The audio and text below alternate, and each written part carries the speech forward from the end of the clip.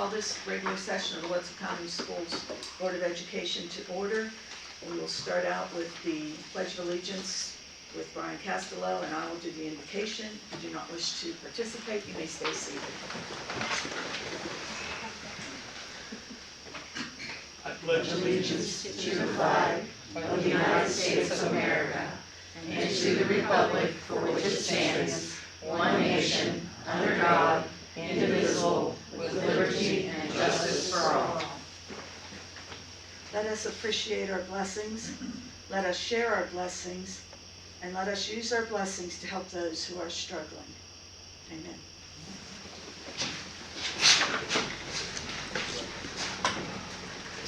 Okay, the first thing on the agenda is delegation. As a reminder to those of you that are here as delegations, that you get a 5-minute time period and cannot share any information that would be having anything to do with any student privacy or confidentiality or anything like that.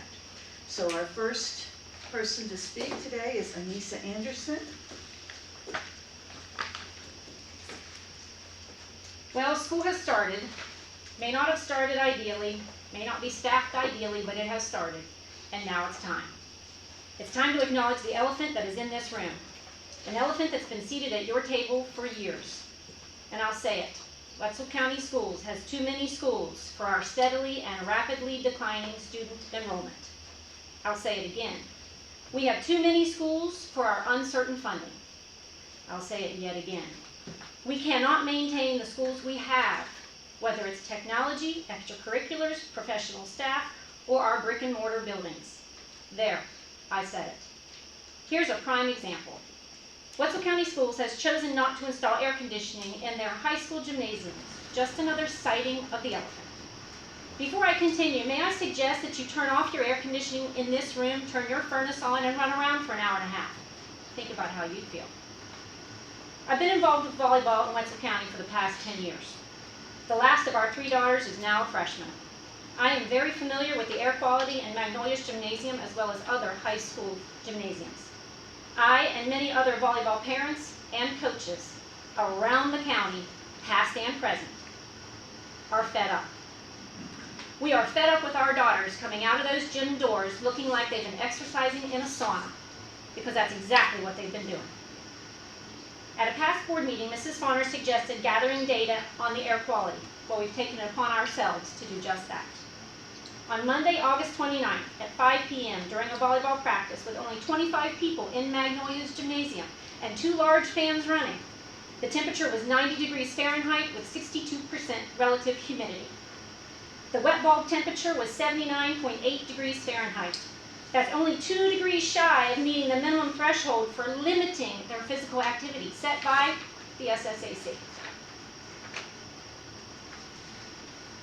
This has gone from an inconvenience to a potential liability. The calculated heat index that night, 101 degrees Fahrenheit. Other sources consider this to be a dangerous or severe heat stress situation. These sources include the OSHA Technical Manual Heat Hazard Assessment, the National Athletic Trainer Association, the National Federation of State High School Associations, and the American College of Sports Medicine. According to the OSHA Heat Hazard Assessment, playing volleyball in a gym with a wet bulb temperature of 79 degrees is the upper limit of the safety hazard level. Many of us, whether we're in attendance at a board meeting or not, understand that funds are decreasing and that funds must be allocated in a budget for such an expense. We do, in fact, listen to the board meetings. We do, in fact, understand that there are many pressing concerns in this system. However, we are still fed up. It's time. Actually, it's past time. We're tired of hearing and we're frankly insulted by the remark, "It's just volleyball," because it's not. Board administrators and past board members have been quoted saying, "Pray for an outdoor graduation," or "It's always hot for class day." These gyms could host a variety of camps and clinics, concerts, events, and gatherings if they had air conditioning. And it isn't just Magnolia. It's Valley, it's Payton City, and it's Hundred. Our kids can't thrive in the 21st century with schools that barely meet 20th century standards. This situation will be remedied eventually in one of 2 ways. 1, the school system chooses to install air conditioning in the high school gymnasiums. Or 2, and I fear, a student, athlete, or spectator will suffer a life-threatening heat-related illness and sues the school system, after which the school system will be shamed into installing air conditioning. I think you'll agree with me that the former is the wiser choice. Back to the elephant. Many think it's time, and many more think it is past time to make a decision. And I believe this board is the board to make that decision. Our schools need to come together. The people in our county need to come together to support each other and work toward a common goal: academic and extracurricular opportunities for our kids. Opportunities that are being afforded to their peers right now in neighboring counties. How low do our enrollment numbers have to go before we realize, before we admit, it's our kids who are suffering? I believe that this board sees the problem. I pray that they have the courage and intestinal fortitude to address the problem. The time has come to better steward our limited resources. You have a choice. It would be wise for you to make the choice before the choice will be made for you. Please don't ignore the elephant any longer. I'm about to return to a really hot gymnasium for another volleyball game. Thank you. Thank you very much. Our second delegation is Mr. Chuck Clegg.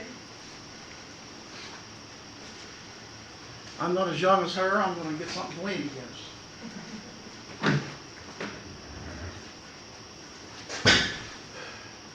I once again come before this group to promote Wetzel County and consolidation of schools and amend the 10-year plan. Our county and state at this time may be facing some of the biggest changes we've seen in our lifetimes. Amendment 2 and the excess levy are two important things that will be coming up this November for vote.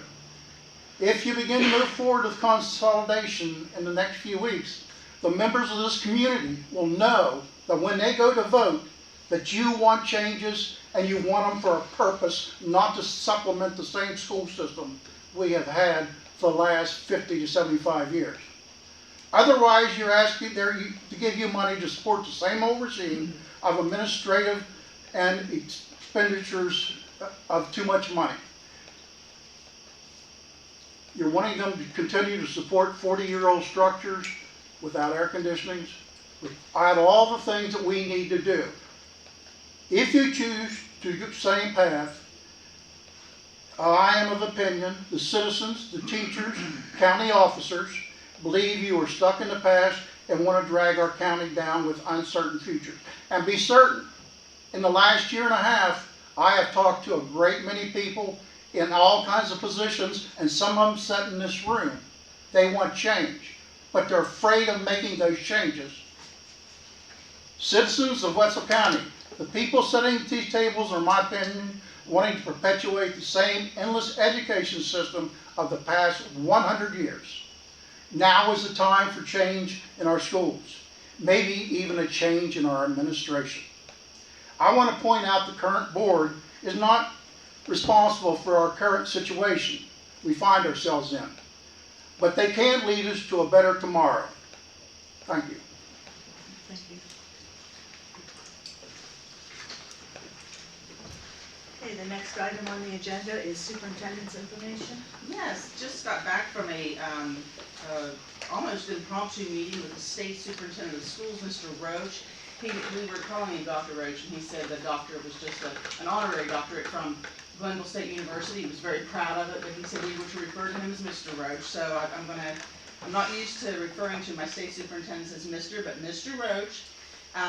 Very learned and scholarly when it comes to pedagogy and curriculum.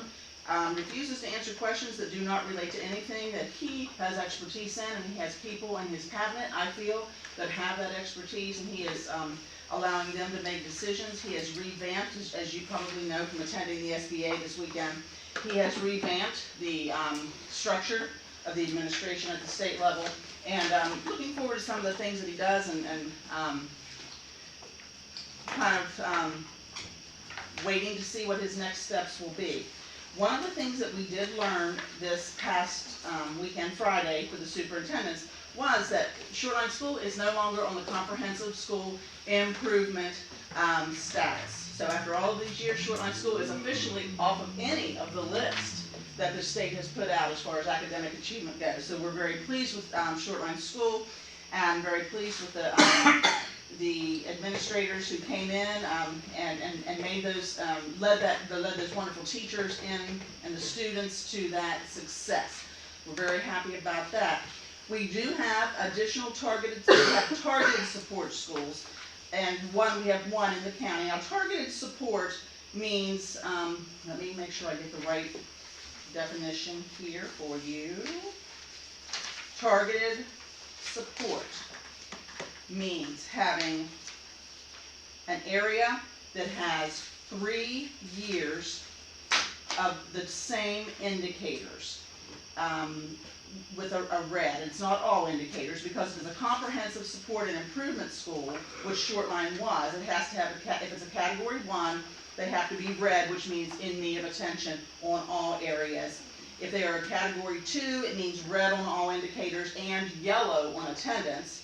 And so we have no schools on that, but we do have one school, New Martinsville School, who is on the targeted support school list for a school that has not met one particular category, not all, just one particular category. More information will be coming out on that, and the state is going to be providing, just as it says, targeted support for that one particular category at New Martinsville School, with the hopes that we can make success this year and they will not be on that list anymore. It is not a CSI school at all. It's targeted support for the one area.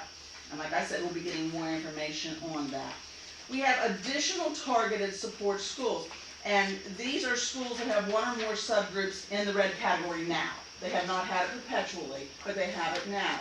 They will not be provided assistance from the state, but it's kind of like what they told us, a watch list, so that we can keep our keep a temperature, check on the school, work with that school, those schools to make the improvements needed, so they will not be on a targeted support or CSI status in the future. And those schools are Payton City Elementary School and Long Drain School. So good news is we have no one on CSI, and we do have an opportunity now for growth at the three elementary schools that I mentioned. So I do want to go over with you how the academic goals are calculated. I don't know if they went over this with you this past weekend. I did go over it with the board previous to this. What they've done is they have long-term achievement goals for ELA and mathematics. And those long-term goals go actually until the year 3036. They have us going up to 2030, hoping that we can be half the distance to 100 by the year 2030.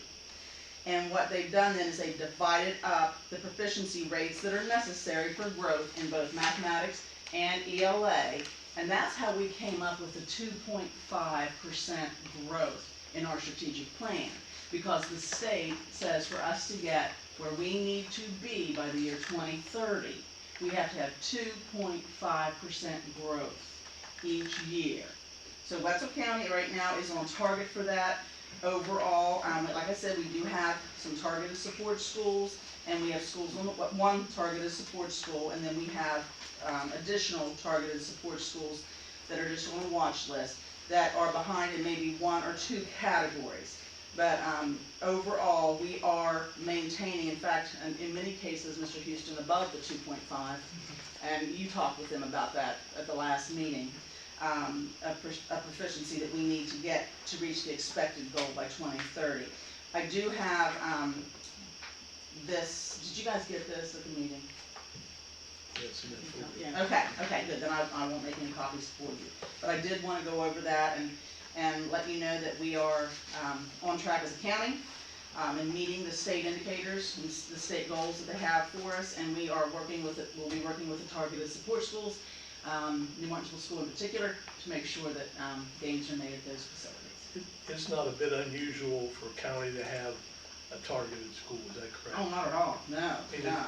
We're not No. by ourselves, there's other schools. Oh, look at the list. Oh, that's the whole, I'm sorry. Yeah, Okay, yeah. So we are.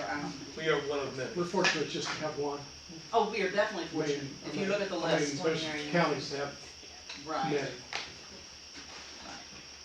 And certain schools, you know, when you have categories like special ed, or you have categories like the low SES groups, when we have bigger schools, sometimes those schools have a greater portion of those students, and sometimes that is a function of how some of those schools make that designation. And sometimes it's just a tweak that we need to make, that we'll learn about, and we'll make those tweaks, and anything that's on our power to get that school, get New Marshall School and the other two schools off the targeted list. It has a lot to do with the school population too. You know, there are all kinds of things that go into it, you know. We have certain programs at certain schools that bring in students from all over the county. We have certain, like I said, bigger schools, smaller schools. Sometimes I remember 1 year Hunter High School was really hurt because of the small population they had, but yet the percentage of kids in that one category was so great that their small numbers hurt them. But the bottom line is, there's always a tweak that we can make regardless of the numbers. There's always some tweak we can make. Shoreline School proved it. There are things that can be done. We have the educators to do it, and we'll get down to it.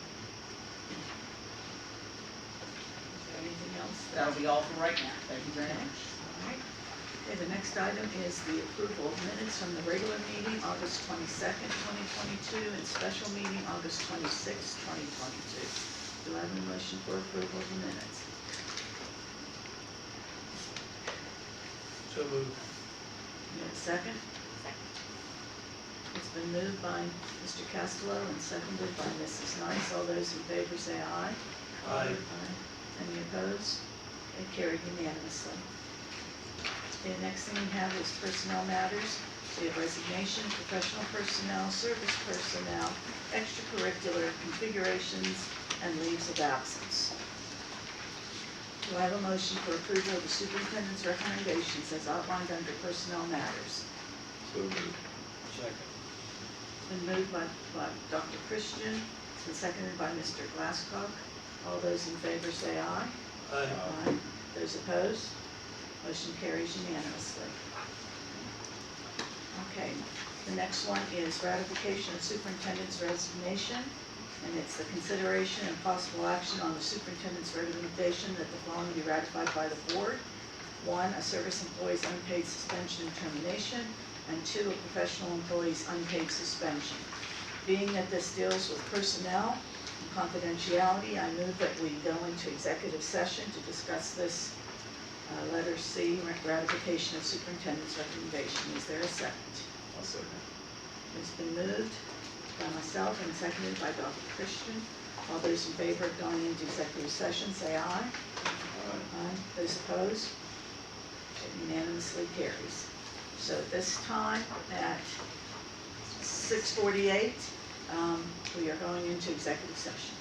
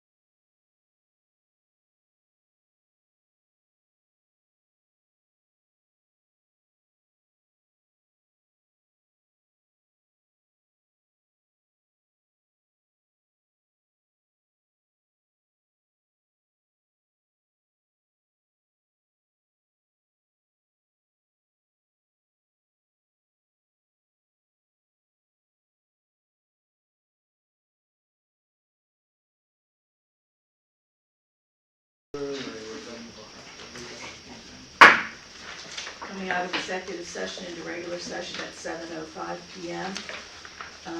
Come out of executive session, Dr. Christian moved and Mrs. Nice seconded it, and it was unanimous to come out of executive session. So at this point in time, Mrs. Wells. President Farr and board members, I ask that you ratify my recommendation for the unpaid suspension and termination of Secretary at Peyton City High School, Mrs. Tracy Miller. We have a motion on the service employees unpaid suspension and termination.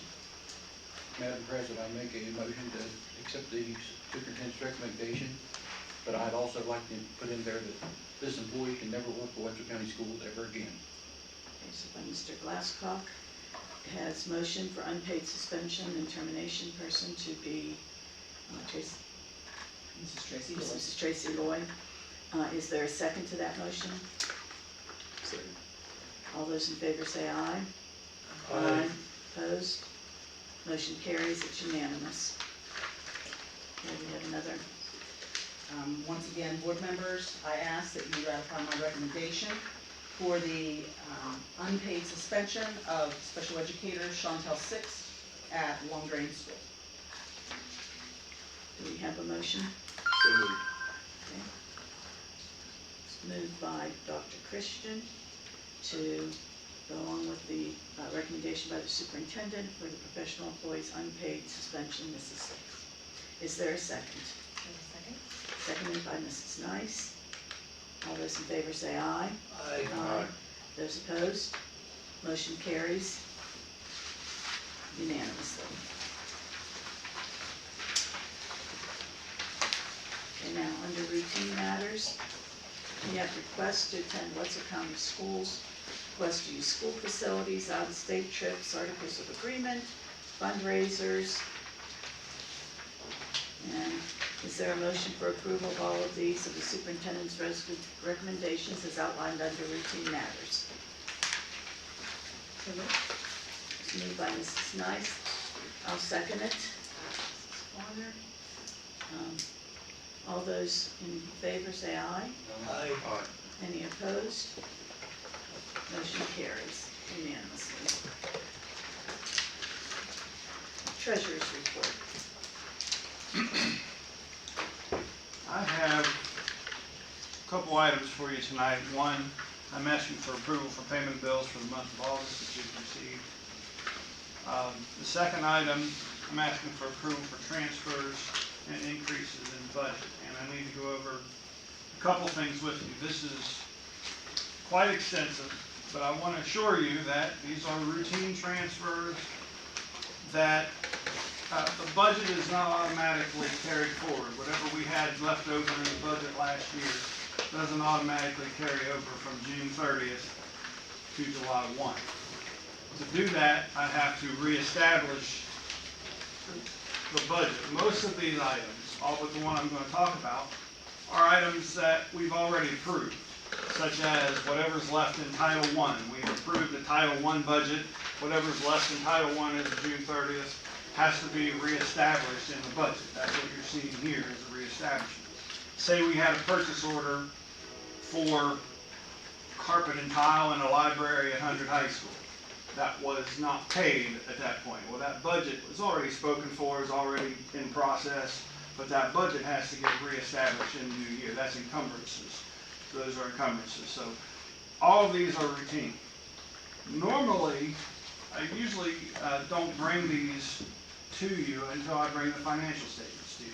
The reason I don't do that, I want to wait for the financial statements because there's one number on here that's what everybody wants to know is what's our carryover budget? How much money do we have to rebudget at a future date?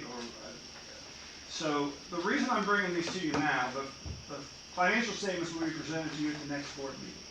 But there's so much here, and our board meeting is so late in the month, I didn't want to wait until then because there's so many, the school budgets are determined by what's in these papers. So I didn't want to wait until then to bring that to you. So I'll still present the financial statements to you at the next board meeting, and it will include one of these numbers, that carryover number that everybody's wanting to know. I wanted to take a few minutes to just kind of brief you on why we have the carryover number that we do, and what that means, and what we've already kind of committed with those funds. Before we go too crazy and think, well, we've got all this money to spend, we do have some money to spend, but I want to explain to you some needs that we have that we've got to keep in our mind right now. The number we're looking for, and again, I'll answer questions about any of these, but again, all these are routine except for budget revision number 3, the committed / carryover, receivables, earmarked, all these accounting words that bores even accountants like me. But the number that people care about is on page 8 of that, and that is the carryover balance. So when it's all said and done, Wetzel County Schools has a carryover balance of roughly $10 million.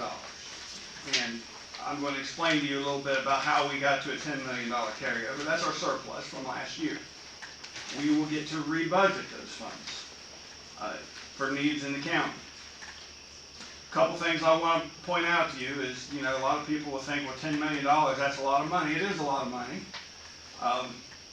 Why do we have $10 million carryover? Well, this is a unique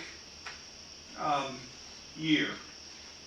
And first off, I do want to point out that 10 years ago, our carryover budget was $1.5 million.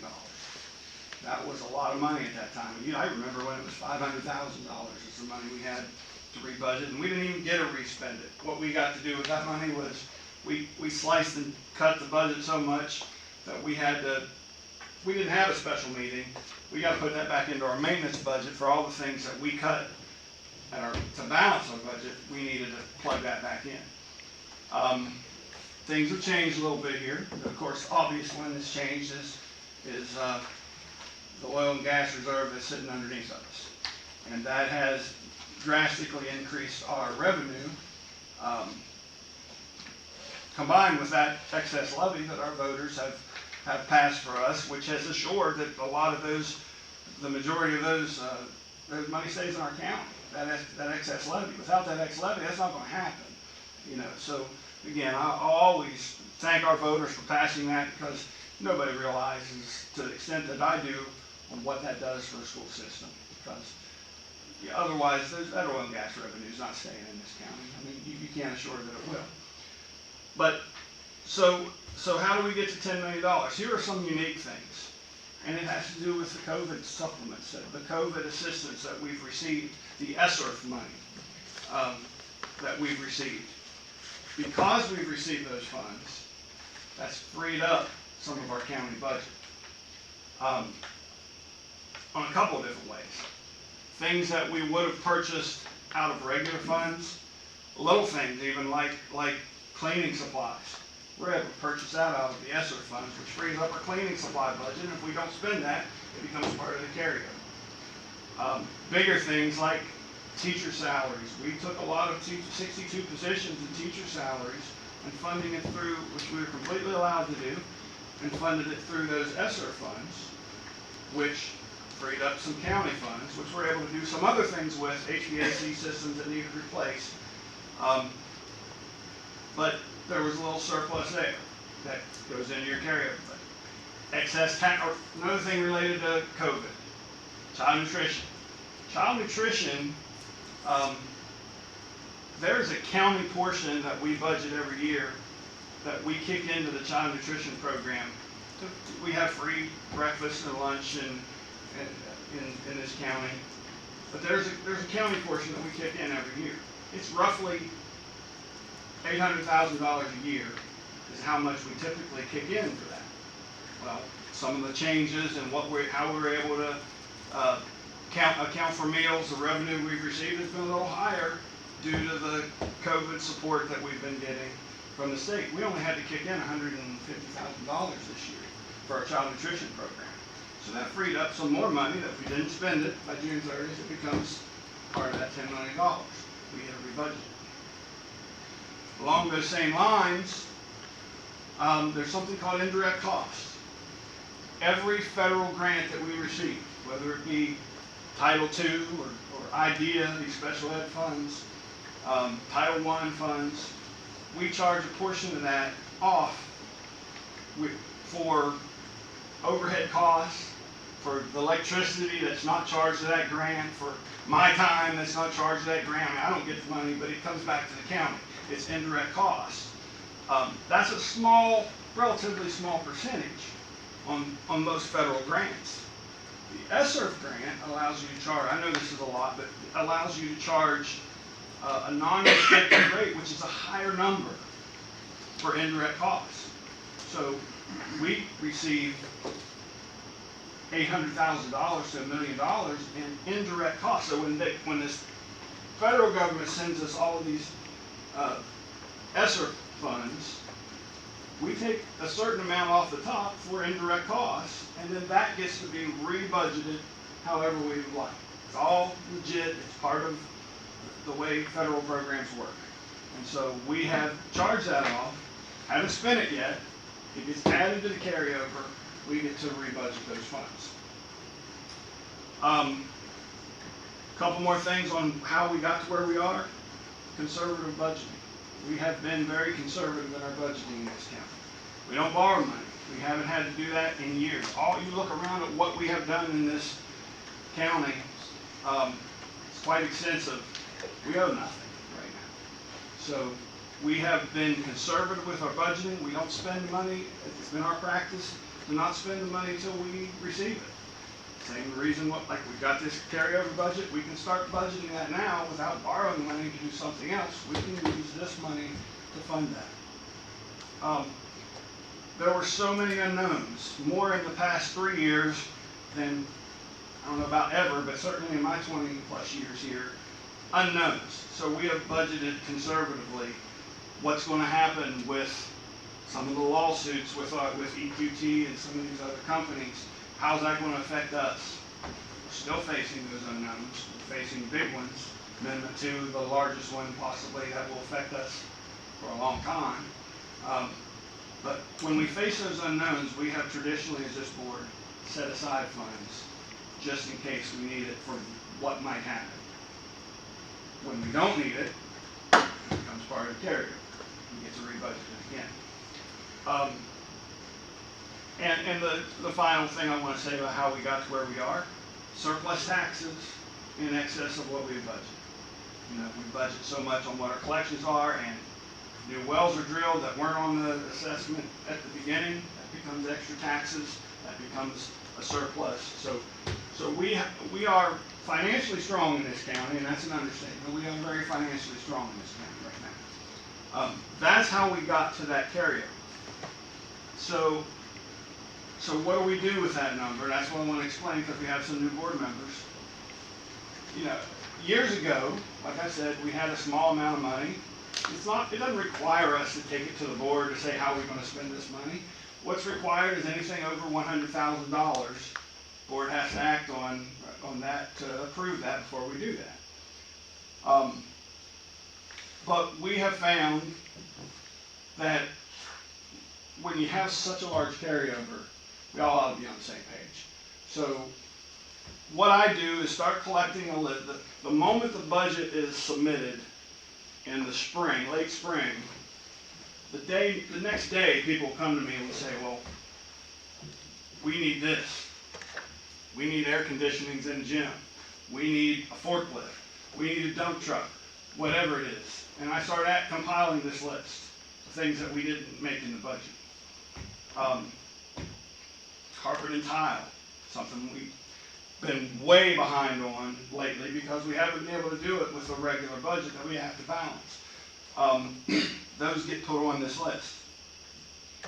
So what we'll do is we compile that list, we sort it all out, administrators here will meet on it, superintendent will meet, superintendent, assistant superintendent, myself, Mr. Doty, several, we'll sit down and meet and we'll come up with a recommended list on how to spend this carryover budget, on how to rebudget it. Now tonight what I'm doing is just putting it in a contingency. That whole line, you see it's 2 lines. I'm bringing it to a contingency line item. That's all I'm doing now is supplementing the budget with our carryover into a contingency line item. And then once we get that list compiled, once we we'll have a special meeting for the board, if we continue like we have, and I think we will. We'll have a special budget work session, carryover work session for the board, and say, here's our $10 million, here's our recommended usage of those funds. Let's talk about it, see if we're all on the same page, see if there's something that's not on that list that, because I listen to you all too, I put those things on our list as well and try to catch as much as I can. Superintendent brings me ideas, we put it all on there. But then we'll sit and we'll talk about, okay, here we go, let's rebudget it, we can spend it the next day. That money's here, we can spend it the next day. We don't have to wait till July 1, this is carryover budget, it's surplus. So now, let's talk about how fast we can spend $10 million, just to give you an idea. There are certain needs that we know we have. The first thing that has to happen every year is you have to start with, what did we say we were going to do to balance the budget? Did we use any of this projected carryover to balance the year we're in right now?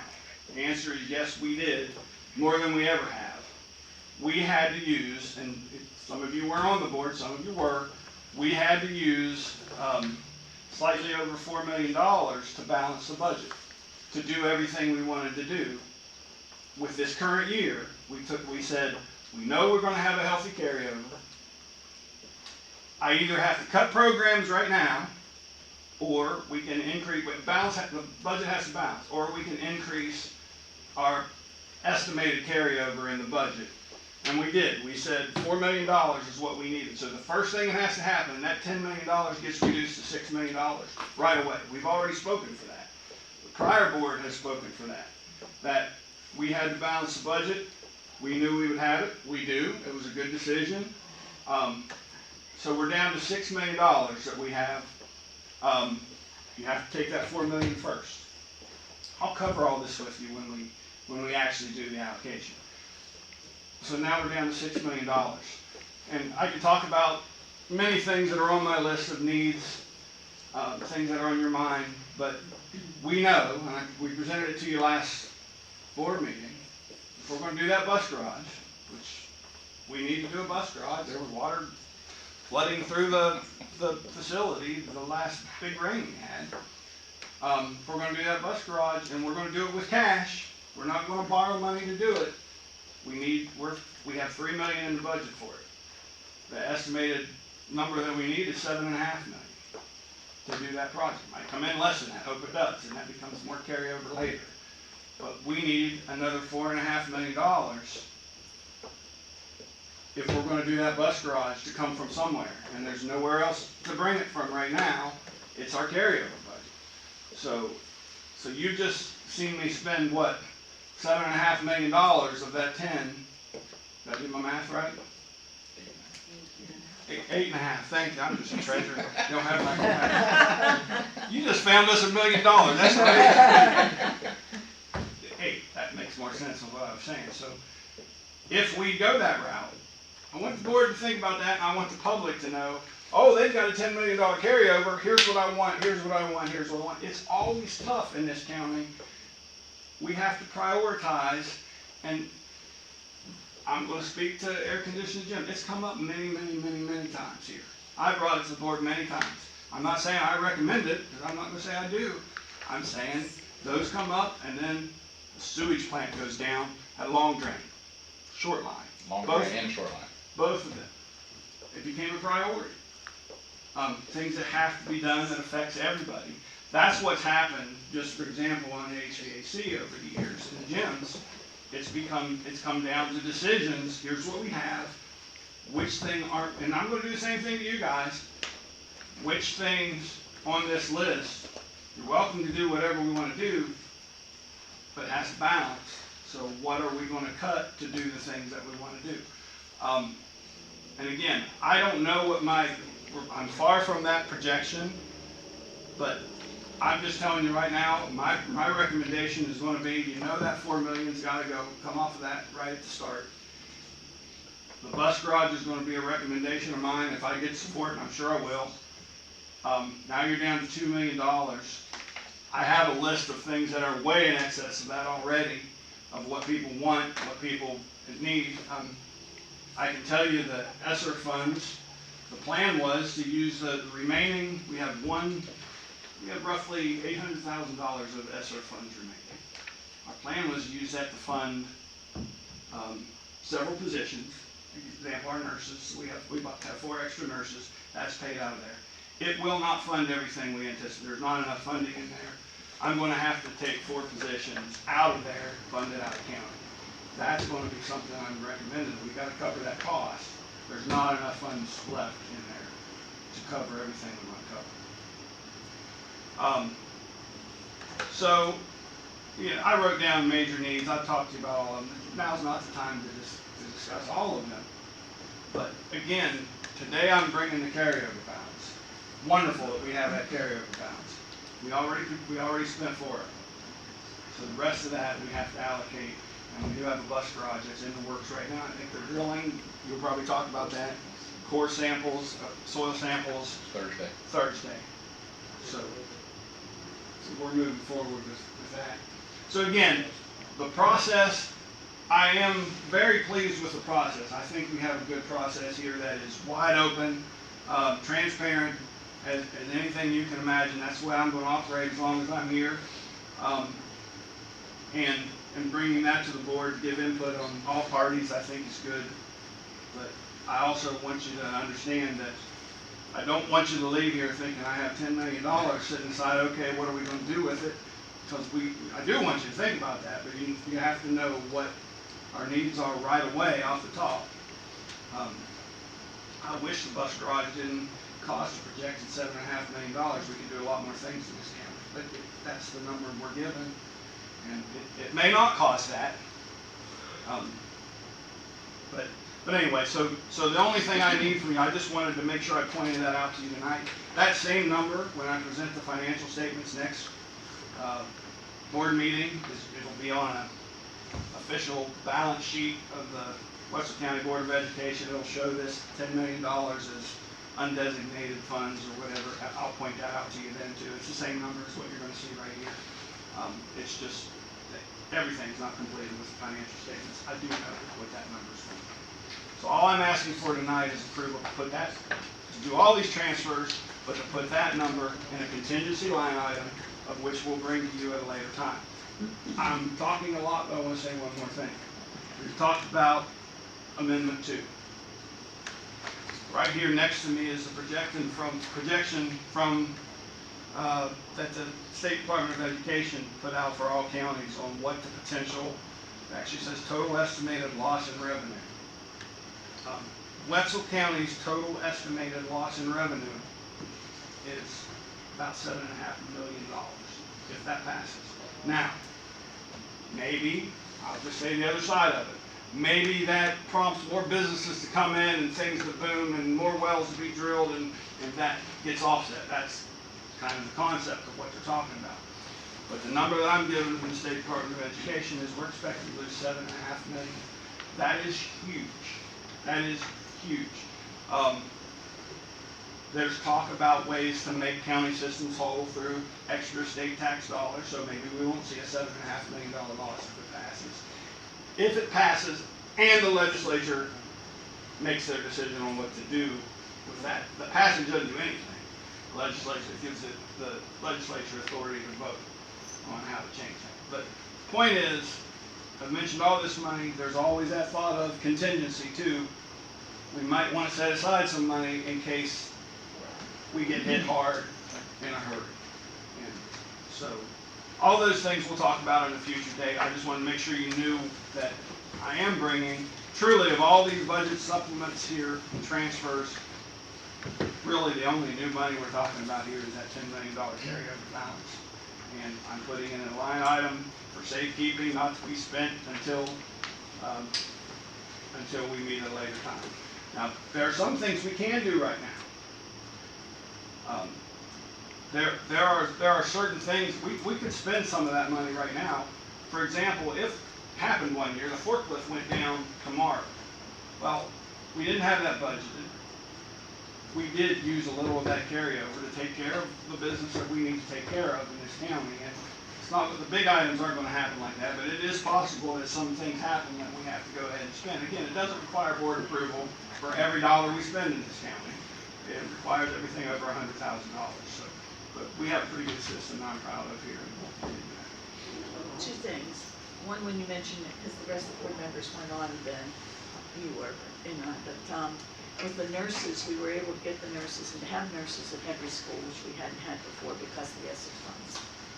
But we don't get those anymore. Those are the COVID monies and all. So those are going into our regular budget now to be able to keep them. So I just wanted to point that out. And the second thing was, thank you. I know from young people from across the state and all, we are very, very fortunate to have you do this to us. I truly appreciate that. Okay, so do I have a motion to accept the treasurer's reports, parts A and B? So moved. It's been moved by Mr. Costello, second. Second. Second by Dr. Christian. Any further discussion? Okay, all those in favor say aye. Aye. Anybody opposed? Motion carries unanimously. Okay, number 6. First and second readings of the revised and deleted Wetzel County policies. I would move that we discuss the first reading for policies separated and voted on, and then do the rest of the policies that are in their second reading. So I move that. Do we have a second? Second.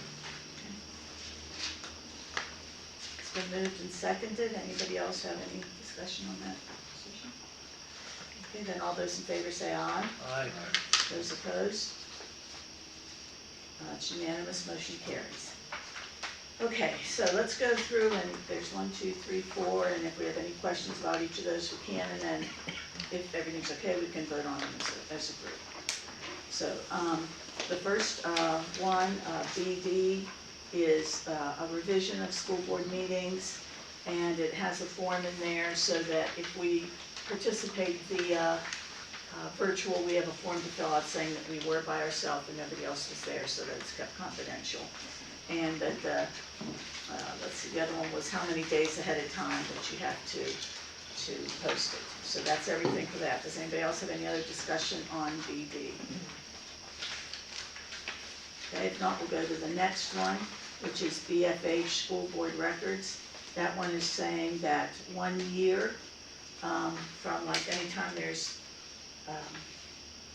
interviews or hirings or whatever, that the paperwork is saved on that, either in paper or by electronics, that it will be kept for 1 year. Anybody else have any other questions on that one? The third one, which is GCB, which is employee contracts and compensation plans. Pull this one out if you let me here. Does anybody have any discussion on that one that they want to make? I do, as soon as I find it.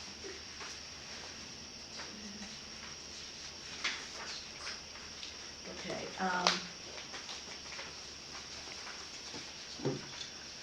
I have always had a concern, and this is not something that has changed, but there are supplements each year that personnel get as they go through the years. And when you hit 30 years, you don't get it anymore. I'm sitting beside somebody that taught for 50 years. So for 20 years, he didn't get a supplement like everybody else did. And I don't think that is, he didn't know I was going to say that.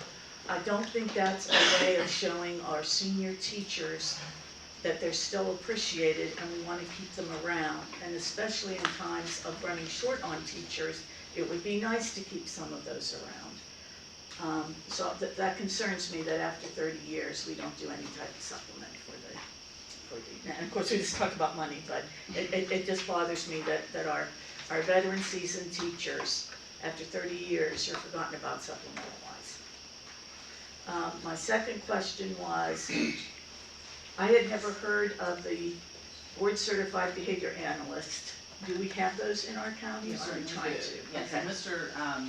Kimball is ready to talk about There's that. one, we have one. We have one, okay, okay.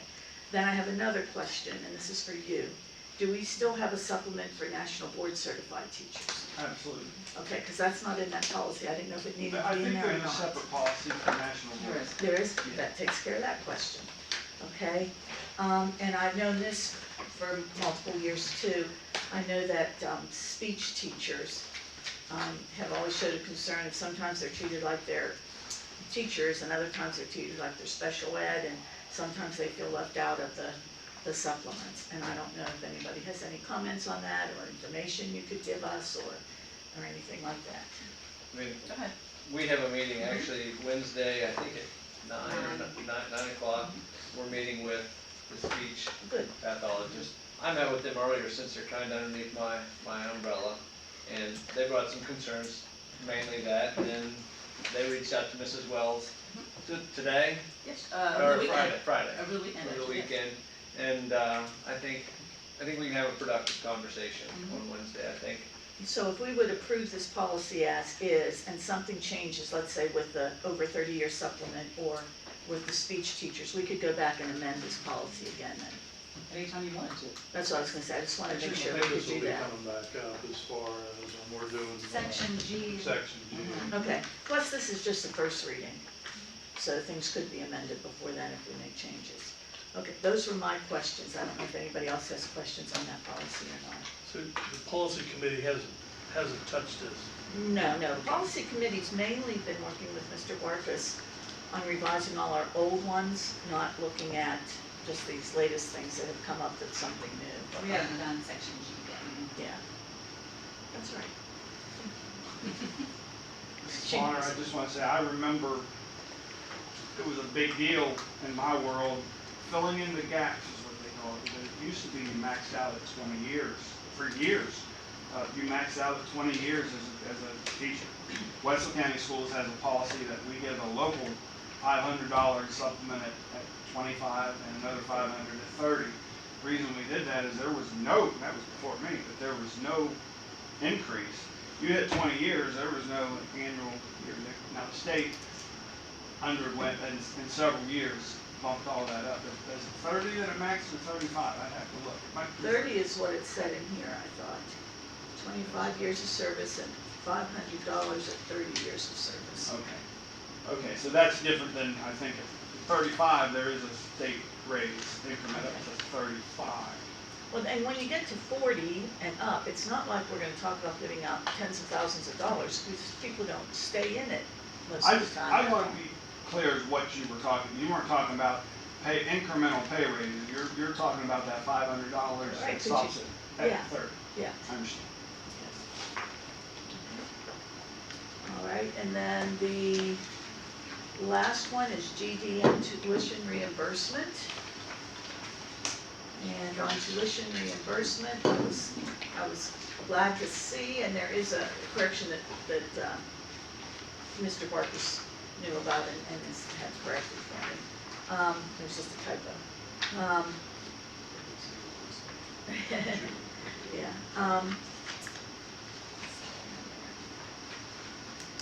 I'm glad to see that teachers can get reimbursed by tuition with tuition reimbursement. I think teachers need to know that they can, because we've always said it's in these areas of great need. Well, right now, almost everything is an area of great need. And it can be used to get your 6 years, if I read it correctly, of certification, or to get to working on your master's.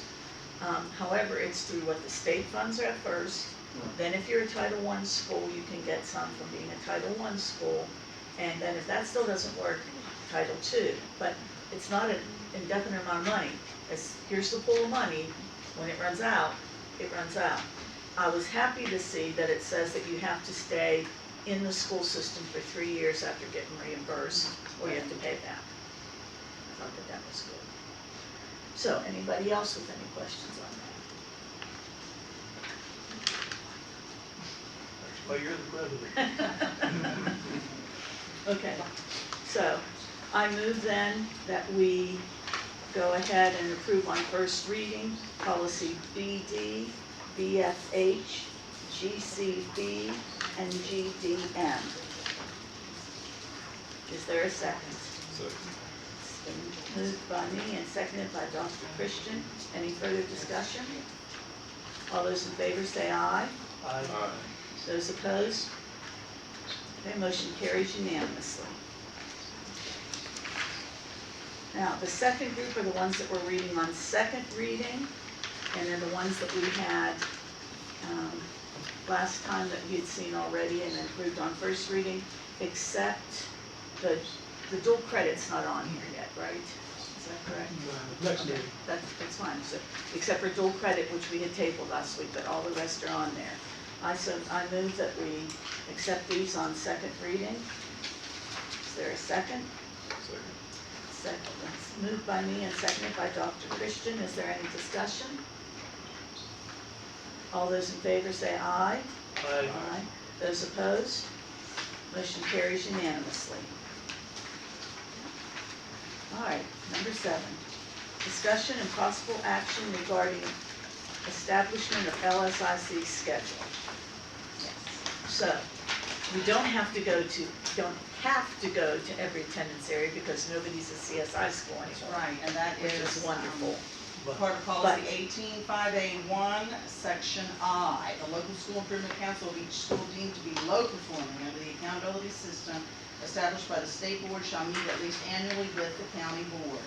So, since we have none, it is not mandatory. Okay, it is not mandatory. In the past, just letting everybody that's on the board know, we usually do an attendance area together. For example, at, this would be the high school years. If we were at Valley, we would also meet with the short line LSIC committee at that same evening at Valley, and we would do it at each of the high schools. We don't want it to become, and I learned this from Mr. Price, who I think very highly of, we don't want it to become just a show of these are all the great things happening, because we know there are great things happening. What we really want to know is where schools are reaching, where they feel they need to be, where they're not, and how we can help. That's the main reason for an LSIC. So, anybody have any thoughts, Mrs. Wells, board members, on what you think we should do regarding LSICs? It is the board's discretion whether or not you choose to go to each of the 4 areas. It is traditional that we do so, but it is certainly within your jurisdiction as a board to decide not to go out into the county and do those meetings. That is entirely up to you. I think we should go to all 4 attendance areas. I mean, how you gonna pick and choose, you know, I mean, I understand exactly what you're saying. I'm just giving you the law. Right. It's traditional that we go, It is. but as Mr.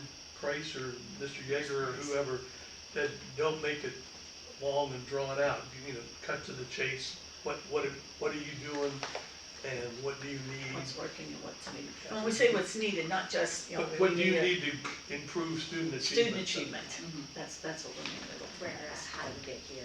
Right, and what can we do to help you? So, what day of the week then would be good for the rest of you to do LSIC meetings? It would be after school hours. We did do it virtually once, but I'll be honest with you, that was not the best method. I didn't feel, that's an opinion, I don't know how you felt, but It was rough. it was rough, okay, good. You agree. It was the only choice we had at the time. Yeah. That was, that's correct.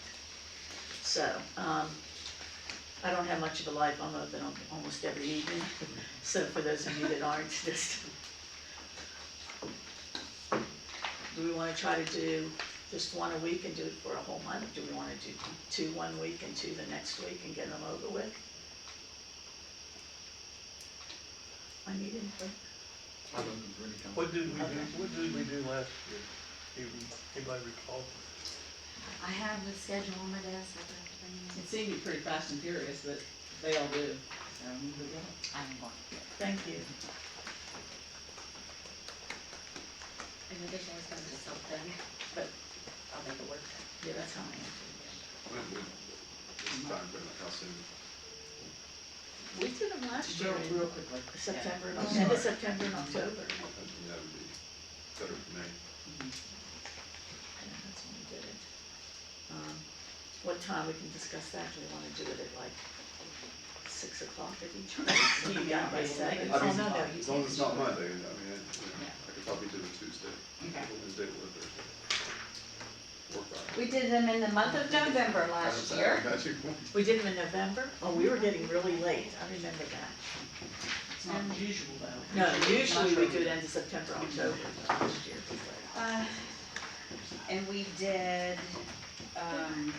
November 4th, November 9th, 18th, and 30th. So that was fast. But we did that in November. We did not have, a second regular meeting that month. We had Right. 5 meetings that month, but we did not have a regular meeting that was close to. Right, which we often do in November, we don't do one right after Thanksgiving if it's not an emergency meeting. So for the month of October is what we're gonna aim for? Plus, that would give the schools, the principals long enough to have time to look over stuff and work with their LSIC. And the agenda item that you have, if you would, we have a principals meeting tomorrow. I mean, you can decide tonight, or you can wait till we talk to principals tomorrow and get some ideas. It's up to you guys. Why don't you, if it's okay with the rest of the board, why don't you poll the principals and see what fits for them? You know, cause they're just getting started and they won't have, Right. they may not have time to have had their meeting yet. They're, Right. so Still they, trying to catch their breath. Last year was there were four meetings, 1 per week. right, but I mean, they need to be able to get organized and get their members and then have their meeting and everything. Yeah, that's true, have time to have their own school Yeah. improvement council meeting. Free October, so. Yeah, Would you like for me to talk with them tomorrow? talk with them tomorrow, mention October for, if we can get them in and Tuesdays. done. Yeah, Tuesday to Thursday would be. Tuesday, Thursday.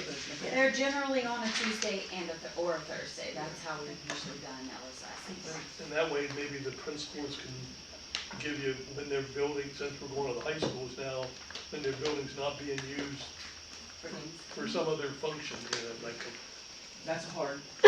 that's right. Yeah, that is. You gotta try to not be there at the same time that there's a basketball game or a volleyball match or stuff like that. Yeah, They're probably gonna. something will be there, but we'll try to make it work. Yeah. Okay. And just to emphasize that this is not, it is truly to tell us, this is where we feel like we're succeeding, this is where we need help, and if they have ideas on how we can help. I think all the schools did a really good job last year. You know, fitting in and what we needed to know and not have a bunch of hubbub and everything. They wanna get home too. I'll put this on the next agenda, then you can actually set this. Okay. And since we only get one, two, we'll keep going. Okay, number 8, morning professional development discussion. Mrs. Wells, I want to open the floor to you. Okay. Be able to tell us what's been going on, what you're trying to do, and then we'll go from there. Well, you know, all of the things that we had originally for the Wednesdays, of course, were items that have to be completed by our teachers. And our teachers initially, when they initially wanted that extra time to do that, they said there's just not enough time to do this work and teach and do everything else that we're supposed to do. So when Wednesdays was defeated, we went to the morning sessions, which were originally set aside for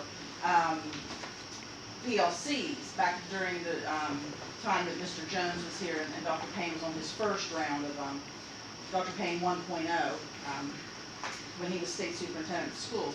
And that's why we moved. We used to come 15 minutes early and leave 15 minutes after the school day was over. We moved everything to the beginning and allowed teachers then to leave right in dismissal where they could go with the students. And so we used that time. What we found was that some of the teachers were not able to really have meaningful discussion during that morning time. And if they were, then they were being pulled out. This is this year. If they were being pulled out then of their planning period in order to do SAT. So what was happening is not only were they not getting the morning to prepare their classroom because they were in meetings to get stuff done that's part of their, unbelievable long list of things in their job description that they have to do. But then they were being pulled out of their planning period for SAT meetings. And so the teachers were getting no time to set up, no time to plan, no nothing. So I've worked with principals at the schools where we've had teacher issues, and we went and visited all the schools. And we have granted flexibility to the principals to make sure that this work gets done, that teachers do have time to do it, but it does not have to occur during the Tuesday, Wednesday, Thursday. That was prescribed at the beginning, just to make it uniform. And being an instructional leader, I want to assure that our teachers have the time to do this, and I want to assure that it's done well. And I think that I owe that to the students and to the staff of the county, and to the parents. However, if it's not working and we're not able to educate kids because we don't have time, and because we are being pulled out of even our planning periods for other things that might normally be taken care of during that time, then we do have to be flexible, and we have to trust our principals to make the right decisions. So I've spoken with principals, and they've assured me they can make those decisions themselves. So, I think that addresses multiple questions that people have asked. okay. At least have asked me, that answers multiple ones. I've I had really people. value the teachers that went through the chain of command and came to us and did it, and it really did work Well, very well. and I will say this, that every person that sent me a message or asked me, I told them, have you talked to the principal yet? Exactly, I you did, tell them. you did, and some of them did. Yeah. So, I think that the fact that, and looking at the list, as you and I discussed, Mhm. looking at the list, there are some of them that could be done together that would not take as long, yes, and that would open up some time too. But exactly. it's gonna be up to the principal, I just wanna make sure we have this clear, it's gonna be up to the principal to work with the staff on what's the best way to do it. Right. Do it for them. We're kind of back to what we would like to worry about COVID and stuff like that. What one size does not fit all, that No, it doesn't. schools can modify as long as they meet The only the thing that general is one guidelines. size fits all is that we do have requirements, but these are requirements teachers have been doing for years Right. and not getting any time to do it. So those are the requirements, and so one size does fit all that way. However, when they do it and how they can get it done to best serve the students of Wetzel County is entirely up to the principals and their leadership teams. And every school's different. Oh, yeah. Yeah, how they get to the goal is Exactly. up to them. Exactly. And if they have any other problems, they just contact us and. Principal contact the directors. We meet on a weekly basis. We talk about this. So, yeah. Nothing is written in stone and stuff like that. It can be changed. Student success in academics is written in stone. How they get there is, We can modify. we can modify, yes. Does anybody else have any comments on that? Okay, so we'll move on to the next thing, which is board member committee reports. We did not meet as a policy committee, but Boyer doesn't have that work done yet for us, so we did not have a meeting. Does anybody else do anything about that?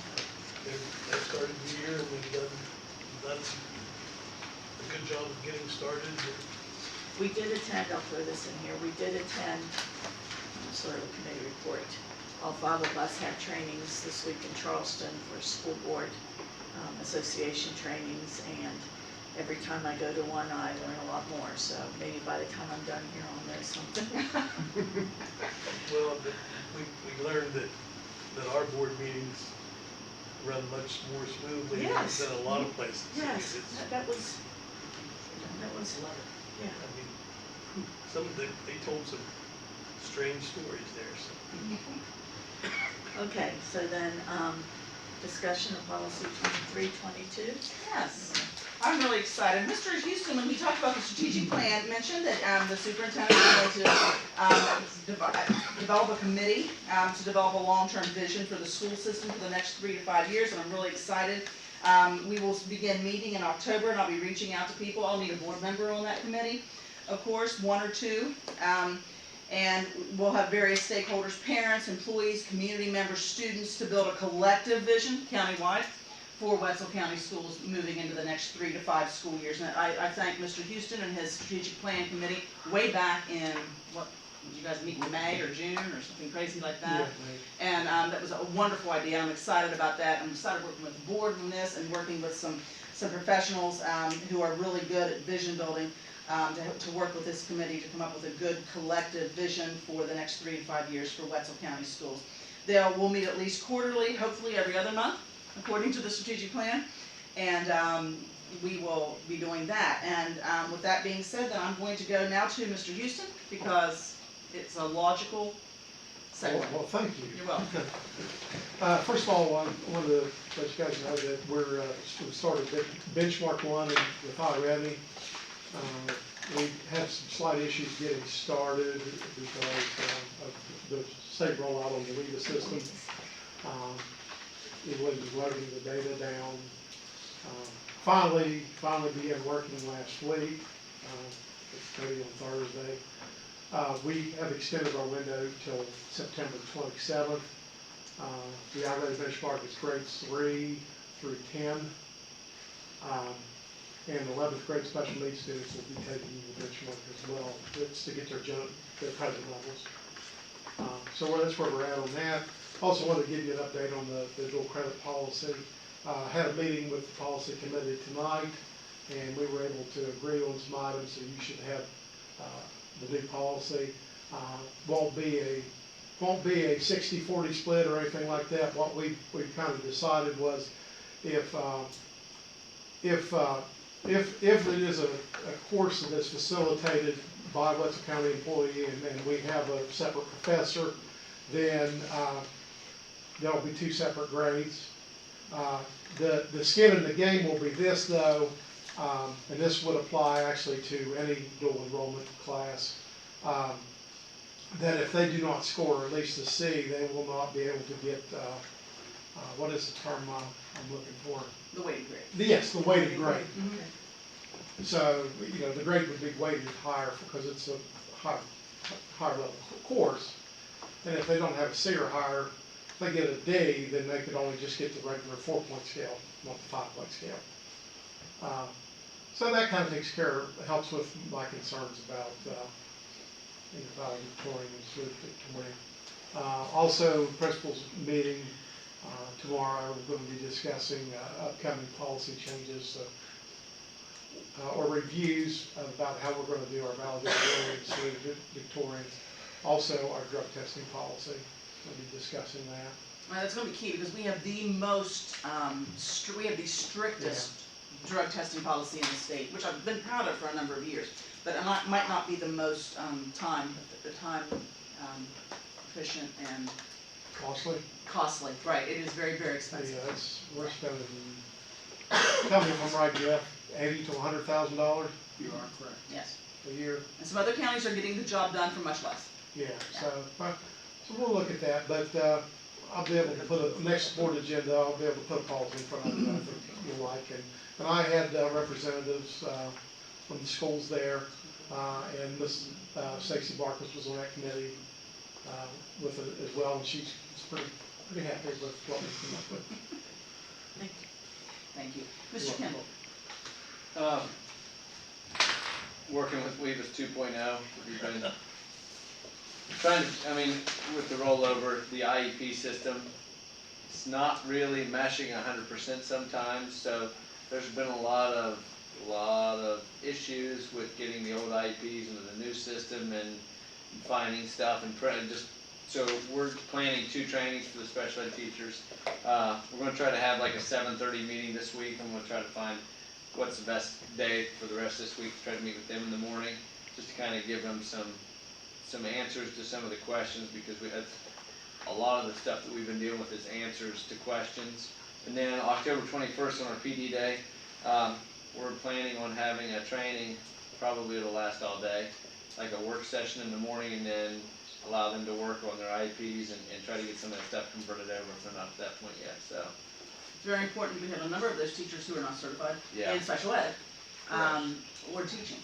Yeah. So this is huge for them. We've developed, the ladies in my office have developed a manual for them. We're working on getting that sent out and getting it produced so we can get that to them on the 21st.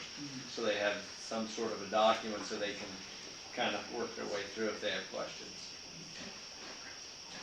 Next logical person then with WEVA's 2.0 and would be Mr. McPherson. Now, Mr. McPherson, not only will you talk about WEVA's 2.0, but will you also talk about the Beginning Teachers Academy session that you Sure. said it, because you sat in on it. I will end on that because that's much more exciting and better than the WEVA's Yes. 2.0 change. So yeah, we've fully changed WEVA's 2.0.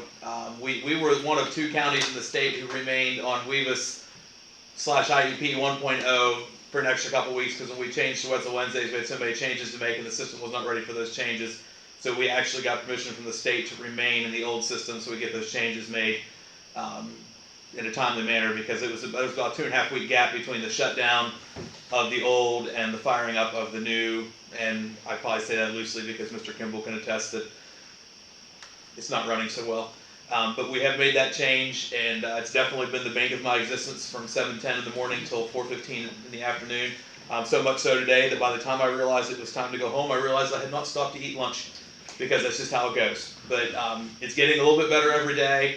No one slashed my tires yet. They've been very patient, and I appreciate that. But it literally touches everything we do. Special ed, it touches textbooks, it touches iReady, grading, you name it, it's part of it. And I'm acutely aware of that. I mean, I always was, but I'm more acutely aware of that in the past month or so. But it needed to happen, because I've said to a few people that if we'd not changed from the system we were in, at some point we were going to wake up one morning and it wasn't going to work, and we were going to have to start from scratch with no data. So it's kind of like if your hot water heater is about to go, you're much better off to replace it on a Saturday with all the parts there than Sunday night at 10 p.m. when it explodes and floods your house. So it's not fun either way, but this is the best way. And then the new teacher academy, I attended it to help out with a few things, but it was great. It was well attended. The subject matter was driven by the attendees, and lots of great presentations. And again, the next one is set up based on, they had a list, here's what we wanted help on, and they had somebody come and present on that, and then they crossed it off the list, what's next. And I Holly think, presented, didn't she? yes, she did. Yeah. She did a very nice presentation on using the ViewSonic board. Yes. And Jackie's here, so I'll brag on her. She was part of the Yes. organization of that, along with Pam Christie. And well organized, and fully believe that it will help us retain employees. I agree. Thank you very much. Okay, I'd like to go to our maintenance and our transportation. So take it away, guys. The Martinsville roof's done. They're just a couple of days, just buttoning up little things here and there and cleaning everything up. The last coat of pavement on the new parking lot should be done this week. They're supposed to do it tomorrow. So hopefully by the 1st of October we'll have a beautiful parking lot down Magnolia now. As of now, with talking with the architects and the HVAC contractor, we're still September 26th. Nothing has changed. Normally about every other week they push it back. Right now we're 3 weeks in and they've never pushed it back yet, so we're still on the date for September 26th. We need to come at some point in time when we do get a definite of when they're going to deliver it, try to figure out what we're going to do. We can't have kids in the building when they're craning these units up on the roof. Okay. So, and you know, it's one of those things, do we kind of ship the kids somewhere for a couple days or a whole week, or do we pay overtime and have them work, you know, Saturday, Sunday, and then kick them out, you know, a couple days just to get things going? They're pretty sure that they can probably set everything one day with a crane, but then once it's in there, you're going to have at least one guy on a 6-foot step ladder in every classroom for 5-10 minutes, just making some connections. So whether that's going to interrupt the classes or we want to shift something, but I told them that once we get closer and an actual definite that yes, next week or the following week it's going to be on a truck, and then we'll come up with some kind of plan. But I think the weekend would be best. yeah, that's what I told them. I said, if anything, I said if we could do, you know, try maybe a Thursday and a Friday, have to move them somewhere, and that way they can work Thursday, Friday, Saturday, Sunday, and try to, you know, to see what we can do. I said, but I'm not going to try to make any plans until we definitely know when it's coming, because it'll be pointless to plan now and then it gets pushed back another month. And then bus garage, they're core sampling on Thursday. We're supposed to have the results back from those by the end of the month, and then it's proceed to the next step of yes or no, or they're going to come in cheaper, or we got a lot of soil problems. So other than that, we're just doing general maintenance and moving on. Thank you very much, Mr. Doty. Mrs. Lloyd. Well, I've been up since 5 o'clock and just making sure everything's covered. That's what I'll be doing at 5 o'clock in the morning, so. No, actually we've done pretty good. I've had to double up some runs. We haven't had to cancel any as of yet. We're having a few hiccups with special needs transportation, all the students, and no buses. We have them ordered, they're just not here. That, me and Mr. Kimball's been working on that. Hopefully we can work something out to get time shortened for students. We are very short on drivers. Very short. Yes. Yes, we've had several sicknesses the last 3 weeks where we've had to double up and, We're short on a good day. yes. So to have illness Right, adds to it. doesn't help, yes. Right. Okay. Thank you very much. Mrs. McPherson? Thank you. So we just finished our first month, we know child nutrition, so we closed month. And it's normal participation wise for the start of school, especially with our staggered starts with pre-K and Head Start and kindergarten. We have had some bumps with Express Point and Primero. Of course, the dreaded Weavis 2.0 reared its ugly head a little bit, but fortunately the majority of that was solved prior to the school year starting. So they truly have been little fixes, just a little more time consuming to figure out where we need to make those fixes in order to make it work in the system. So a special shout out to all of our school personnel, our secretaries, our cooks, and everyone for making that, working with us through that whole process. And this time of the year, as Mr. Lancaster, said, with reimbursements. And I am planning on doing a presentation to you all at some point about the community eligibility provision, CEP. You'll hear those letters a lot, and that's what affords us the opportunity to offer meals to our students at no charge to them. It's not a free meal because the money's coming from somewhere. But during this time of the year, and throughout the year, we identify as many students as we can who, through DHHR and those things. We don't take in applications any longer. That's where the CEP comes into play with that. So we just constantly work that list, match up students. I'm finding a little bit of data issues between Primero and our database, so I do have to make some additional phone calls for them to figure out what's going on. But that's all happening behind the scenes, that, as I say, on this side of the computer screen. On that side, we're feeding kids meals every day. Are all students in Wetzel County eating for free? Yes, sir. Okay. And since the excess levy election is coming up, I'll plug anything we can plug. That's one of the things that's part of our excess levy That's what. ballot is we're setting aside money from those funds to supplement child nutrition so that our parents do not have to pay for the meals for their students. So that's one of the things in our excess levy that we're thankful to our voters for. Absolutely. And they're getting breakfast and lunch. Correct. Both. Yes. Thank you very much. Mr. Cook? I didn't forget you. Wouldn't have it any other way. I'm thinking that the reason that we can't find a lot of certified teachers and subs is this Weavis 2.0. I think that's it. Weavis 2.0 has broad shoulders that can take it. I'm thinking I've been looking for something to blame on that. That's it. No, we've got service testing and things scheduled coming up in September, October. We'll be doing a lot of that in there. Want to remind everybody, including you guys, that we're all recruiters. So anytime you run into somebody that says, "Hey, I'm a teacher, looking for a job," or "I used to be a teacher," or "I want to be a teacher," or "I thought about being a teacher," or "I want to grow up to be a teacher," Or an anything. or an aide or anything. or anything that That's right. we have the capabilities of helping them get to that level, just come in and see us in the personnel department. I'm pretty sure of the answer to this. No one can serve as a mentor teacher unless they've taken the online. Yeah, there is a class that they need to go to. Right. Because you know better than I do probably, some of the people, like you've said, have not taught before, and it'd be nice if they had a mentor, but we have a shortage of people, I believe, that are We have actually a certified lot that mentors. went in the last few years that got involved and did that training. So hopefully there's a lot out there, and then we'll also get the dates out, that the new trainings will be happening. Right, they've got to wait till that is available, right? Yeah, as long as they go to it. Yeah. So they can sign up to be a mentor as long as they go through that training. It doesn't cost them anything, right? No. Okay, let's make sure. What's that? I think they get $750 or something like that to do it, maybe a little bit more than that. Every little bit helps. Pocket change, so they put some gas in the car Christmas present. twice. Maybe.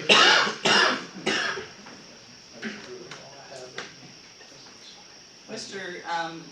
Lancaster, I mean, I didn't, I don't know if you had anything else, but. I'm not slighted at all, I am, I'd say pleasure tonight. Okay, thank you very much.